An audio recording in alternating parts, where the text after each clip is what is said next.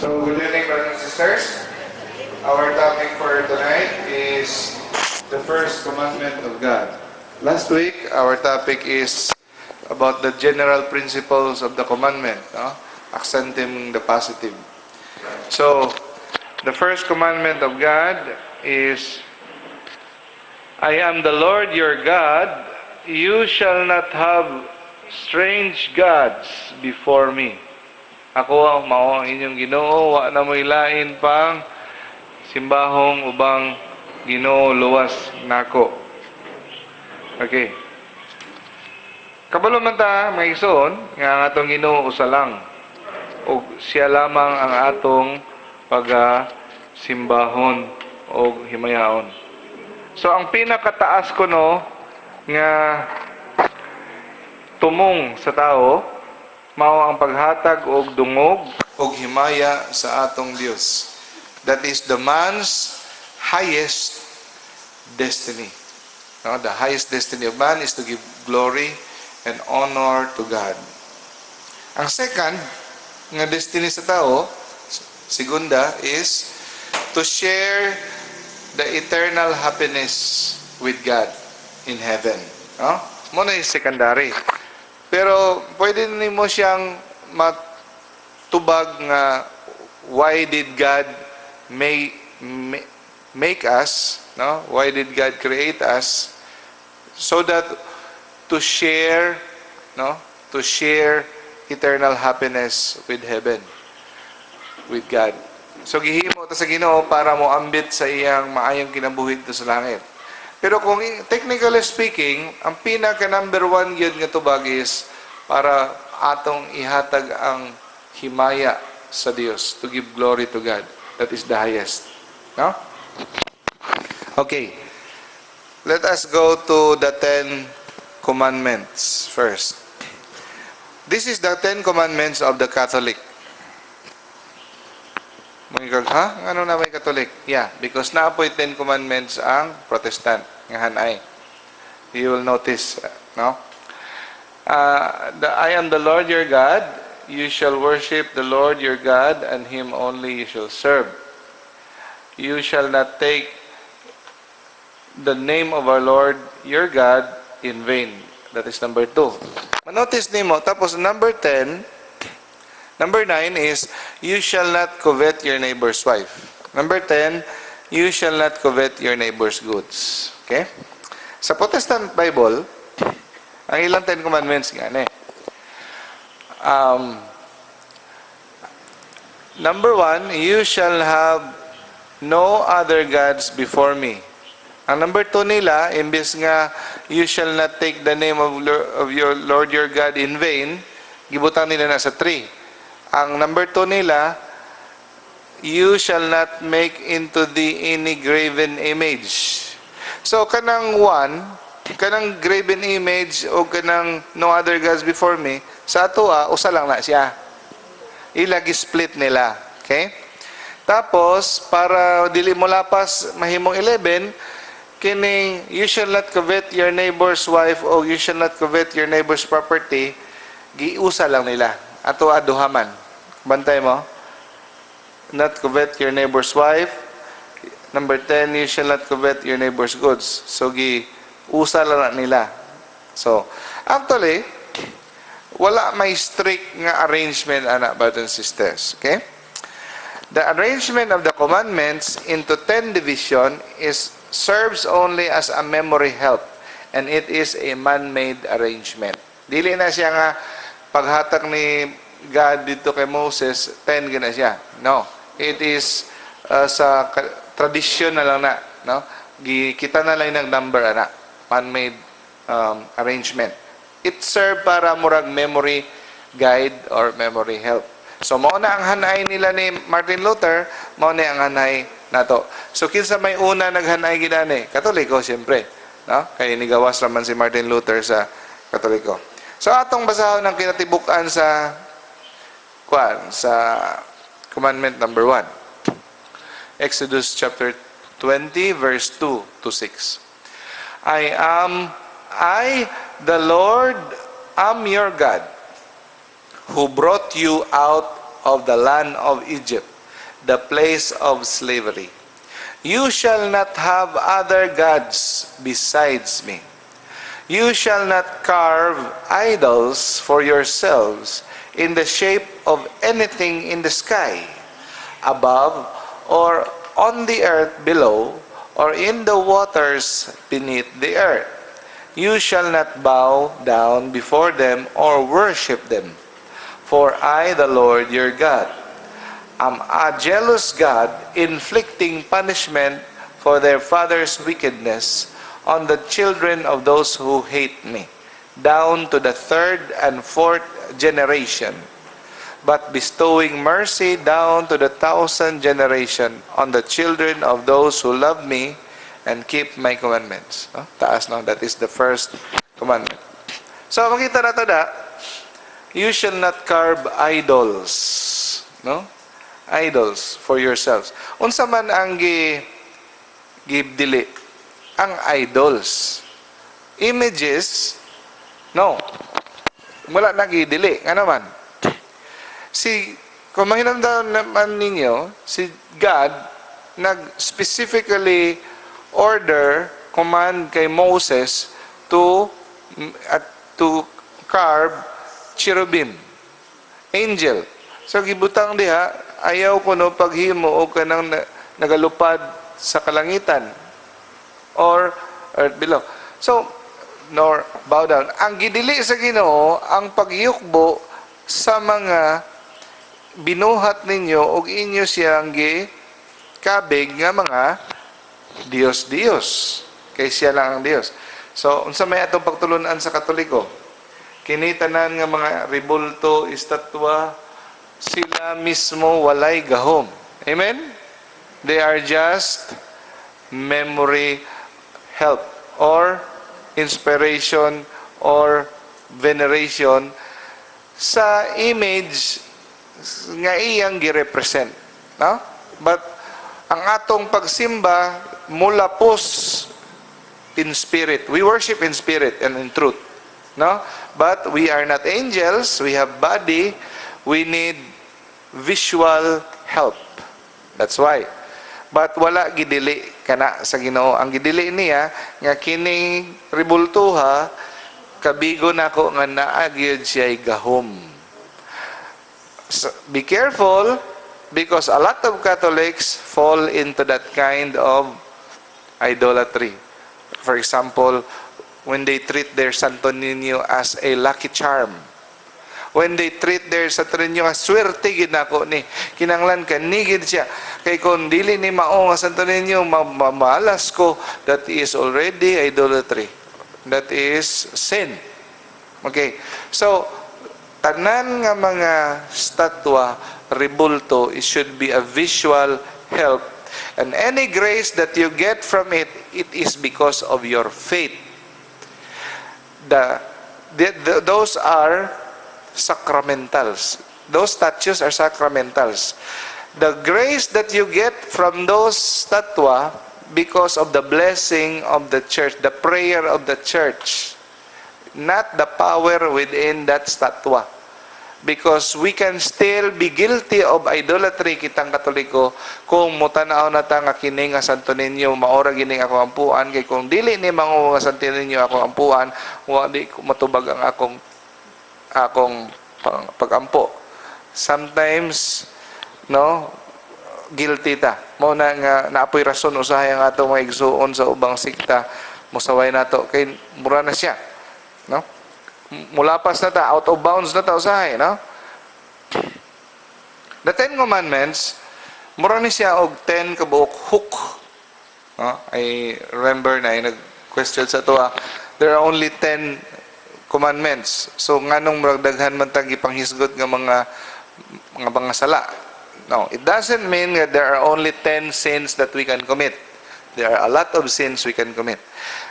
The 10 commandments are only mura ni siya og sabitanan. Kung sa kuan pa mura ni siya og chapter sa libro. First commandment mura ni siya og usa ka chapter nga naa diri ang tanan kasuguan. Okay? For example, commandment number 6. It's just not about commandment about adultery. It is a commandment anything that involves sexuality. Kuha niya? Commandment number 7 is not about stealing only. It involves anything about justice. Okay. So, and commandment number 8, thou shalt not bear false witness. It is not just about bearing false witness sa court. It is a commandment about the truth. So, mo na siya. Chapter na siya, no? It's not just only 10 sins that we can commit. Okay? Erase. Okay? So, first commandment, you shall not have so mo ning kontra sa Ginoo, himo kag baka tapos kada buntag adtuan nimo taga-anim ofera nimo pagkaon nato. So napabay nagahatag natog 13 fruits kuan para swerte. Anyway, karon wala naman siguro nato may nagatuwad-tuwad sa tubangan sa baka, no, nga baka nga gold or ring or kabayo, wala naman, no. Kay murag katawaan na kakaroon. Pero sa una, ginahimo na nila ron. Pero karon may yung sa examination of conscience, ang atong ginagamit is the 10 Commandments, mga atong guide. Tapos may yung first commandment, thou shalt not have other gods before me. Laktawan ako na, di ko guilty ana, wa man ko gatuwad-tuwad og mga idols. Actually, brothers and sisters, don't be so quick to overlook this commandment. Why? Because many people worship the false god of self. No? This is idolatry. We don't want to admit it, pero usahay atong kaugalingon mura na pog Dios. Ang atong pride, kita lang kanunay gusto sikat. Kita lang kanunay gusto konsultahon. Kita kanunay gusto i-affirm, i-dayigon. We are so proud of ourselves that we don't pray as much as we should. Kay self-reliant kay ta. Ourself could be an idol. No? Narcissism, no? Narcissistic. Self. Mo niyo. If naay butang, tawo, or activity that nga mulabaw pa sa imong relationship kay God, that is already idolatry in the strictest sense. If your girlfriend is more than your God, your relationship to God, it becomes a hindrance. If your sports, if anything that you do or think is more than God, it was already a sin. It could be venial or it could be mortal. No? Depende. Number 1, ikaduha nga idol is kwarta. Ikatulo, salapi. Ikaupat, money. So, puro dahil kwarta, no? So, mo kani karon ang nipuli sa mga gold nga baka, kwarta. Ang tao mupatay sa kwarta, ang tao mudaot og tao sa kwarta, mohimog sala tungod sa kwarta, o magtapol tungod sa kwarta. They will do anything for money. Okay? Lord, di sa ko makaserve nimo, you should makasabot ka, Lord, kay ang business na ko, business. Okay? Anyone who might place money, business, or social advancement, worldly pleasure, or bodily comfort ahead of his duty to God is already a sin against the first commandment. We are all guilty of that to some extent, di ba? Kaya ang sasulti sa Ginoo, love God with all your heart, mind, and strength. So, maging makaingon siguro nato perfectly, we love God with all heart, mind, and strength, no? But we are trying our best. Okay. So, dapat sa commandment number 1, gidili ang pagsimba sa dili way labi ng besides God, no? Motoy gidili. Pero always remember, the commandment of God is always two sides. gidili o ipabuhat. So, dapat sa commandment number 1, we also must actively offer to God through worship. So dili lang kayo mo likay ka sa pagsimba sa Dios, dapat mosimba po ka sa Ginoo. O sa commandment number 1, appeal niini sa pagsimba sa Ginoo, we should make an act of faith. Unsa man ang act of faith? No? Pwede nimo dili memorize ang prayer nga act of faith. Kanang mayon ka, Lord, I believe in you. I believe everything that you taught me. Tanan nga itudlo nimo sa simbahan, tuo ko nga ikaw usa ka Ginoo, tulo ka persona, tuo ko kay Jesucristo. Mutuo ko, act of faith na siya. Bisag sa imong your own words lang, no? So, kung ikaw gani mo dawat sa mga pagtulunan sa simbahan, that is an act of faith. Okay. So, kung ang Ginoo gani magpadayag og mga kamatuoran diha sa simbahan, meaning importante na kaayo sa atong kaluwasan. Dili ang Ginoo magpadayag og kamatuoran nga dili importante, no? Example, a person who is not Catholic, the moment he begins to suspect that he does not possess the true religion, murag sayop gini among religion, no, he is immediately bound to seek the true religion. So kung dili siya maningkamot magpangita sa tinuod nga simbahan, siya nakasala against the first commandment. Bisan pa ang cost is great, no? Loss of business, loss of friends, loss of prestige, loss of life. Okay.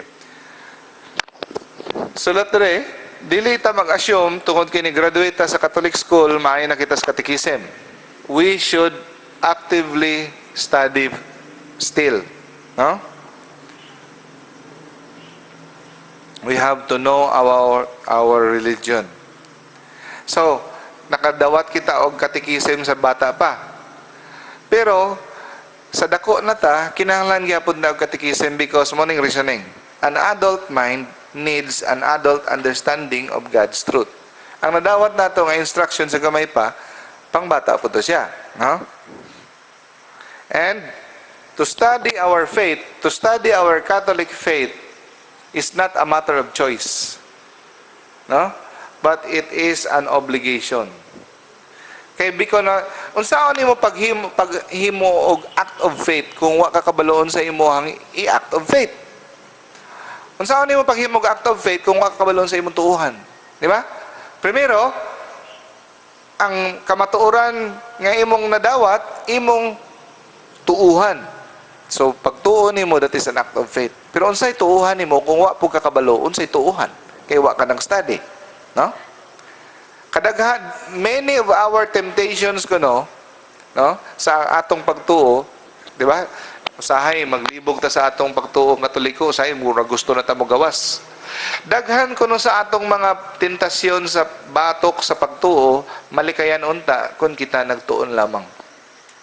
Amen?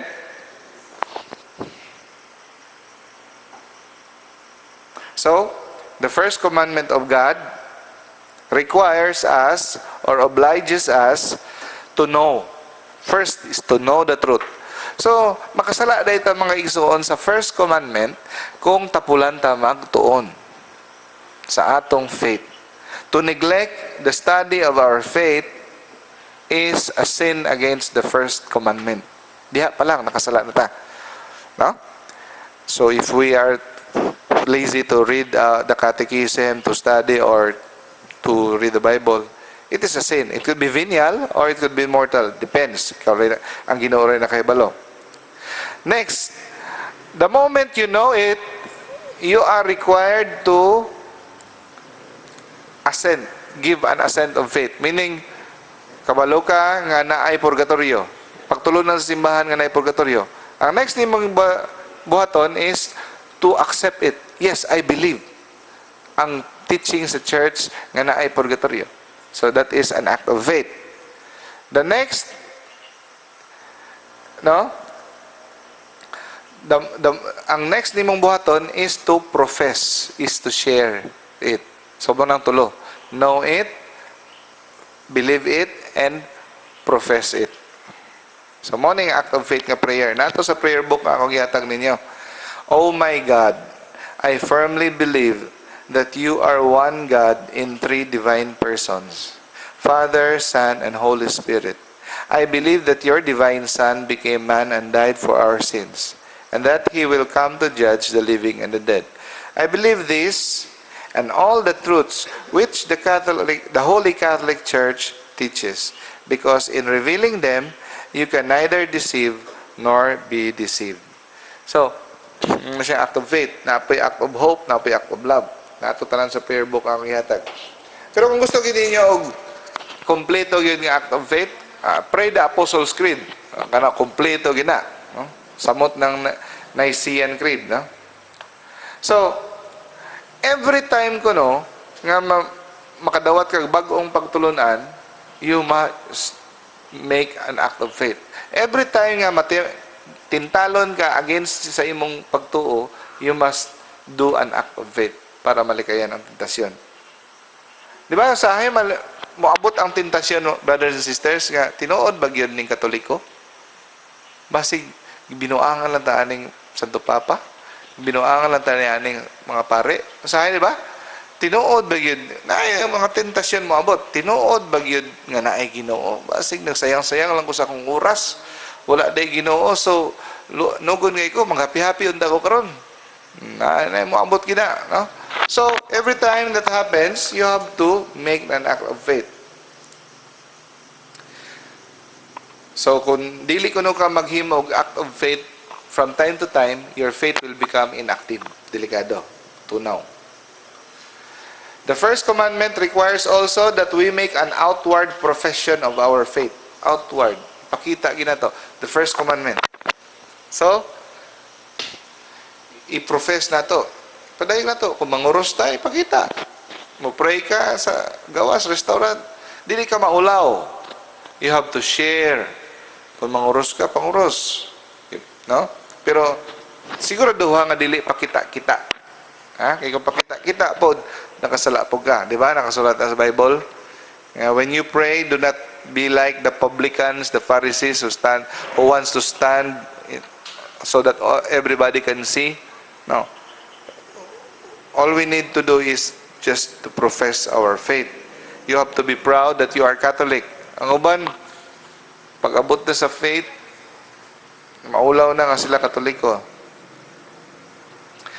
Ang dungog sa Ginoo, no, mag-suffer anytime we fail to profess our faith. If we fail to profess our faith, it is an equivalent of denial of our faith. No? Gusto ka manguros, puro maulaw ka manguros. Or dagang pinaagi sa pag-profess sa imong faith. You have to defend the faith kung gina-ridicule in front sa mga tao. No, kung sa badiha. Or kung tanon ka, no? Para sa nahitabo sa mga martyr sa unang panahon. Are you a Christian? Do you want to renounce your Christianity?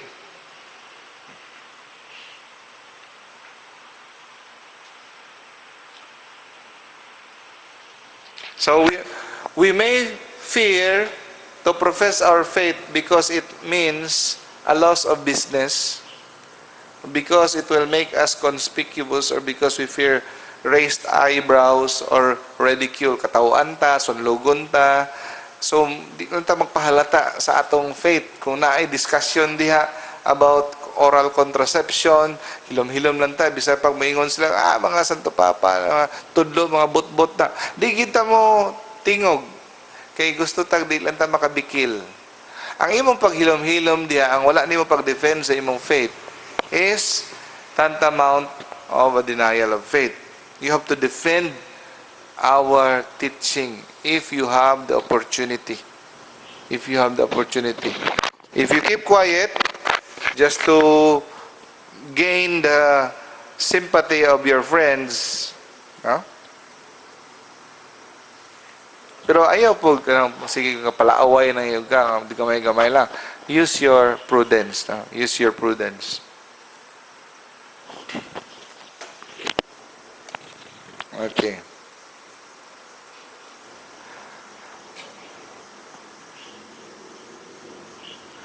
So, when we fail through cowardice, to sa atong pagkatalaw, to profess our faith, our neighbor suffers too. Mapiktuhan po. Naayo sahay mga igsoon, nga gapaabot lang di ang imuhang tapad, nga ikaw mo barog. Sa pagbarog nimo, musunod ra po to iban. Bitaw, yeah, I agree. No? Usahay, kita rin gipaabot. It will only take one person to pray in Jollibee. Ang uban, ay, pwede naman di mo pray, no? Mo pray na lang po itong uban. Na ang ilahang nagkatulog nga pagtuo, mapukaw. Tungod kay nakita kanila nga before meals you pray. Very important kayo ang prayer before meals. Oh, maulaw ta kay basigig ng taghilas. Kaya lang, lingi sa tataw. Sinagmay, no? Wala.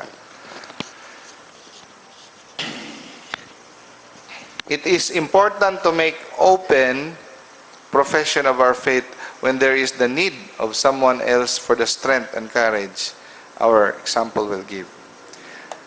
So, mubo raman siya nga topic ato ta sa sin against faith. So, makasala dayta batok sa faith. Sa first commandment na ay ginatawag nga sin against faith, sin against hope, sin against love.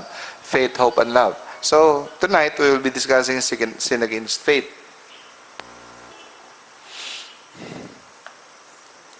So muna, makasala taas against faith kung dili kita mo know, mo believe, and mo profess, no? So, the first type of sin against faith is apostasy. Apostasy, meaning, you abandon the faith completely. No? Katoliko ka sa una, di na ka mo tuo Ginoo. No? Or, so, ilagi, abandon na gini mo, wala na, di na ka. That is apostasy. Ang result sa, unsa may cause sa apostasy? Usually, bad marriage. Kanang imong partner, makamundo. Dili, wala ka tuo Ginoo, o walay faith. So, sa sige nimong tapos, wala mo nakasal sa simbahan. Nag-live-in lang mo. Usually, according to statistics, mo ni siya sa major reason nga ang usa ka partner mawad ano pagtuo. No? Because the flow of grace sa imuha is cut off. Because continually gauban mo nga walay grasya because wala mo nakasal. Okay? Wala mo nakasal sa mata sa Ginoo. Next, reason of apostasy, lax Catholic.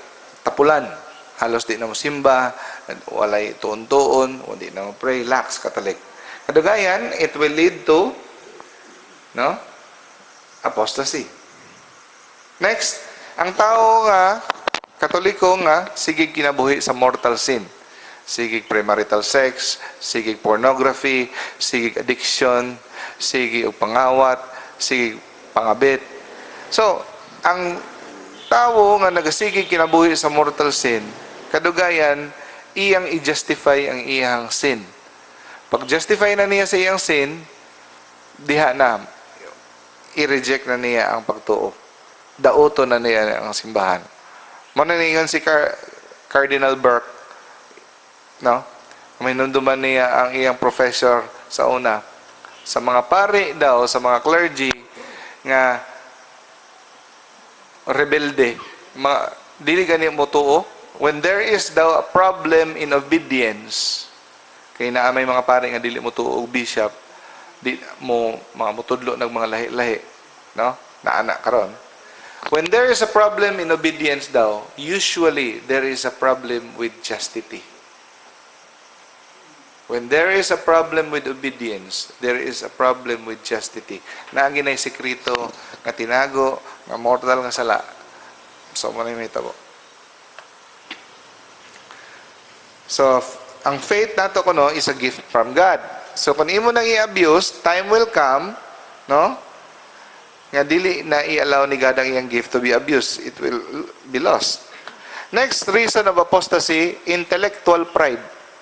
No? Na ako'y kaila, bright kayo. Kaabing IQ taas. Tungkol sa iyang ka-bright, pride siguro, gisakyan. Wala, di nagyag karon. Sa una, high school, musimba, naastubangan simbahan. Karon,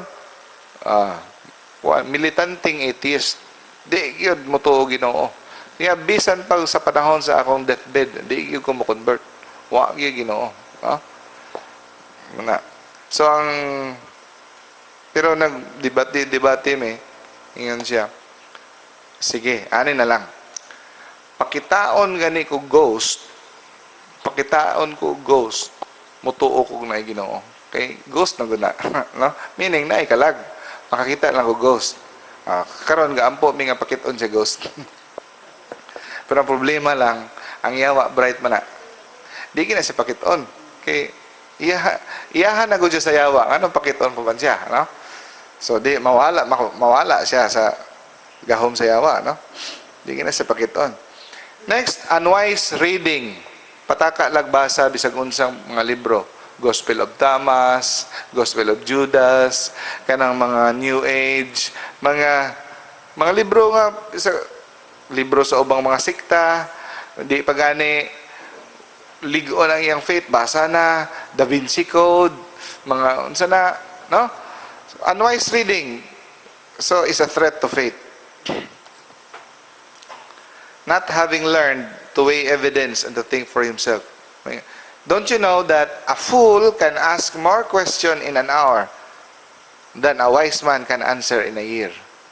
Amen? Ang usa kuno kahangal, pwedeng makapangutana o daghan kay pangutana sa sulod sa isa ka oras nga kaya tubagon sa usa ka maalamon sa usa ka tuig. Sayon ang pagpangutana, lisod ang pagtubag. Amen? Apostasy may result from habitual sin. Nga naman. Kaya ang tao kuno dili makakinabuhi nga kanunay na i-conflict sa iyahang mind. So makonsensya man na siya. So kay makonsensya man siya, either patyon niya ang konsensya o tuuhan niya ang bakak nga iyang kinabuhi, and he will abandon his faith. Next, apostasy number 2 is heresy. Sin against faith. Ang heresy, partial lang, dili tanan. So, usually mauna ang atong mga igsuon nga nigawas na pagkadto sa ubang mga pagtuo. Mutuo sila kay God, 3 divine person, 1 divine God. Mutuo sila nga kay Jesus Christ. No? Pero dili sila mutuo nga na ay purgatory, di sila mutuo sa sanctifying grace, di sila mutuo sa sacraments. So that is heresy. So ang ating brothers nga Catholic or sisters, for example sa akong igsoon, nga Katoliko sa una, uban pa may rosaryo, pag-abot niya England, na i-pastor dito, so karon grabe na gid ka, born again ako igsoon. No? So, that is heresy. No? Dili tanan nga mga pagtulunan sa imong simbahan gituuhan nimo. Nipili lang ka. Mupili na gani ka, you are heretic. A heretic is a baptized person, baptized Catholic, refuses to believe one or more of the truths revealed by God through the Catholic Church. That is heresy. Moingon nga ni ka, Katoliko man ko, pero di ko mutuo sa pagtulunan sa simbahan bahin sa RH bill, sa artificial contraception. Para na ako, okay ra gid ang pills. Heretic ikaw. So, kabalo mo unsay dogma? Dogma, mao na siya, naay doctrine, naay dogma. What is the difference between the two? Doctrine is a Greek term for teaching. No? Doctrine is a teaching of the church. A dogma is usa ka kamatuoran nga gikan pa sa mga panahon sa mga apostoles. gikan pa sa paggitudlo ni Jesus. Divinely revealed truth, which the church declared to be as such. Meaning, kini nga mga kamatuoran, gikan pa sa early Christians na wala na gihimo karong panahon na. Dugkaraan na kaya na sa panahon pa na ni Jesus Christ. Okay? So, for example, virgin conception, dogma na siya. Meaning, kana nga pagtulunan, bisag wala na siya sa ang Immaculate Conception, no? Wala na siya sa Bible, gibutang word for word Immaculate Conception, dugma na siya, meaning, kana nga pagtulunan, ginatudlo na sa kapanahunan pa sa mga apostoles. Gi-formally declare lang kana siya sa atong Santo Papa. Dili na karon lang nga panahon gi-imbento. Okay? So, kung usa lang kuno kabuok ang imong pagtulunan sa simbahan, imong i-reject, sama lang ang effect gi-reject nimo ang tanan. Because our faith is a murag sanina nga walay sinumpayan. Maratratanan ang hilo kung imong birahon mahurot. Nga kay kung ang Ginoo masayop di ay sa usa ka punto sa pagtulunan, nganong di man pwede masayop ang Ginoo sa tanan. Mao na iyahang logical conclusion. Di ba? Kung masayop ang simbahan sa pagmanunlo bahin sa purgatorio, pwede po siguro siya masayop bahin sa Immaculate Conception or sa Trinity or sa dogma of Christology, no? So, atong klarohon mga igsoon, tanan nga pagtulunan sa simbahan 100% walay sayop. Klaro? Walay sayop. Dili pwedeng masayop ang simbahan. Nga naman, gi-promise na sa Ginoo, I will be with you till the end of time. Okay? Bahin sa dogma o sa iyang mga doktrina. When it comes to faith and morals. Klarohon na to. Kay, kumaingon nga ni ang pare nga kani nga kandidato ayon ninyo nagbutuha or kini nga kandidato butuhin ninyo ni or ang kini nga sakyanan mas nindot gini, dili na siya wala na appeal. Ang faith and morals. Okay? Pero kung ang obispo mo guide na to, for example si Sok Villegas, maingon sila shepherd, mo guide sila nga kini likayan ninyo nga mga qualities. Patuhe, i-follow na to na kay di man na siya specific, no? Mga qualities ra, no? So we use our mind, our prudence, no? Kaya na. Pero ang nakanindot lang sa simbahan, never sila endorse og kandidato. Amen? Wala ta. Never endorse. Ingon lang sila unsay mga likayan nga mga qualities. Okay? Mura na.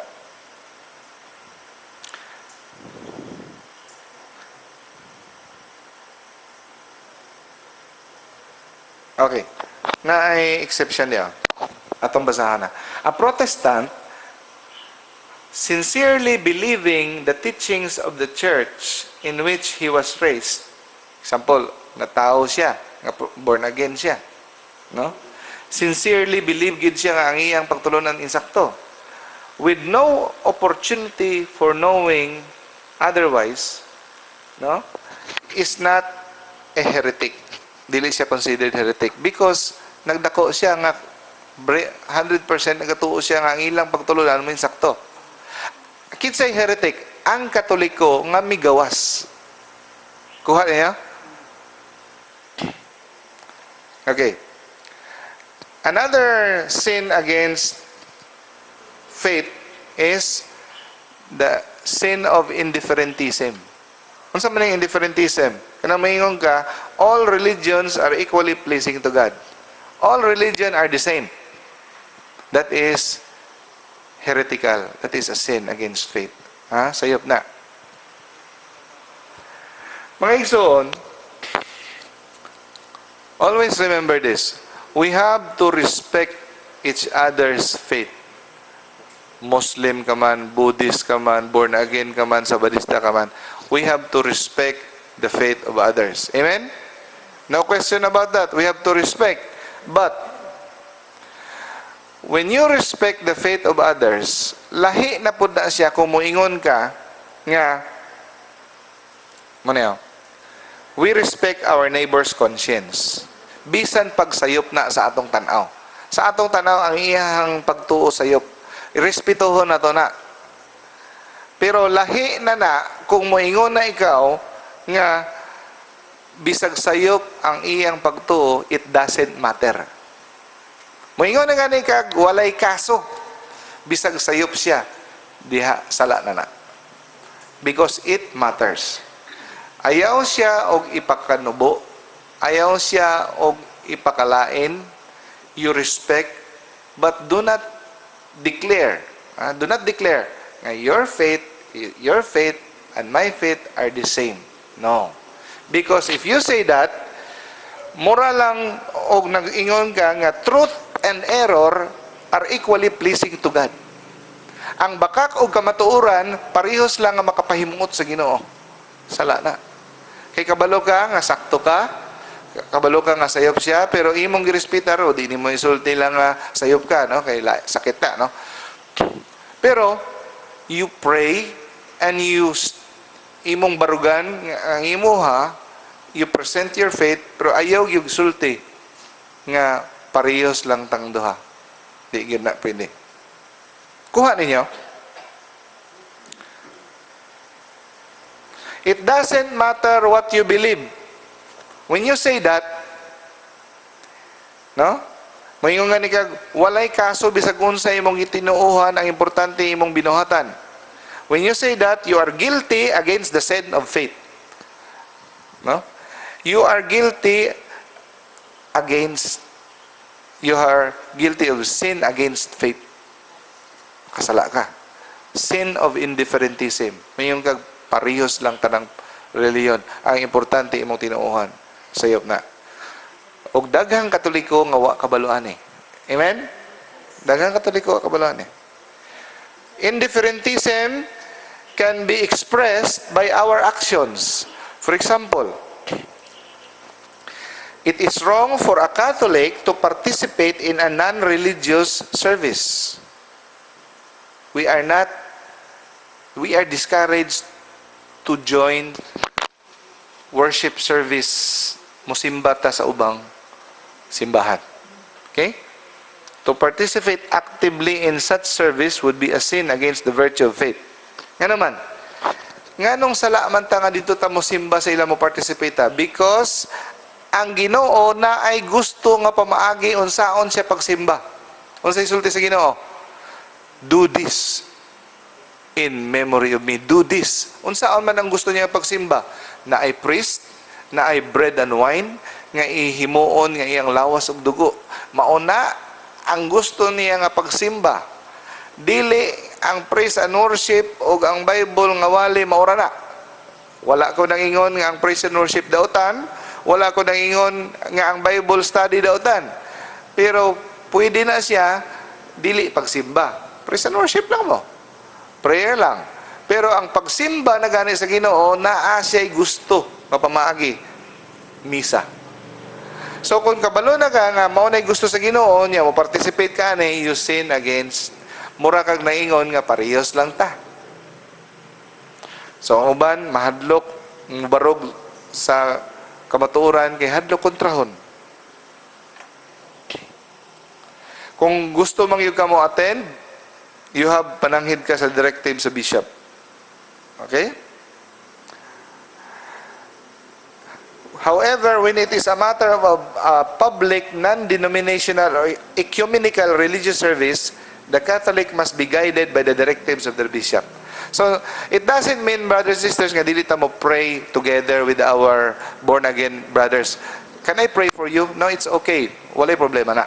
Pero kanang ganing worship service nga simba na nila, no, you cannot do that. If you pray together, sing together, it's okay. Pero kanang manto na kasi ilaha, that's a sin. Ug wa ko kabaluan na. College ko, active kay ko. No? Kung ikaw nga Katoliko mo attend ka og patay, lubong, bunyag sa ilaha, okay la. Dili na siya sala. Because, kuan man, na may rason, excuse, no? Because it is by charity that you do that. So, excuse na siya. When a Protestant, Jew, or Muslim worships his own church, he is doing God's will as he sees it. Bisan pag unsa kasayop. He is doing something pleasing to God. But, we shall not please God if by our participation we proclaim that error does not matter. Kuha niyo? Ang atong pag-participate sa ilang siba, nagapadayag ka nga, okay lang ka, okay po ko. So, okay. We still have 10 minutes to share our assignment. So, excuse me. Di ay gusto na ay kanang wali bitaw sa mga sakyanan.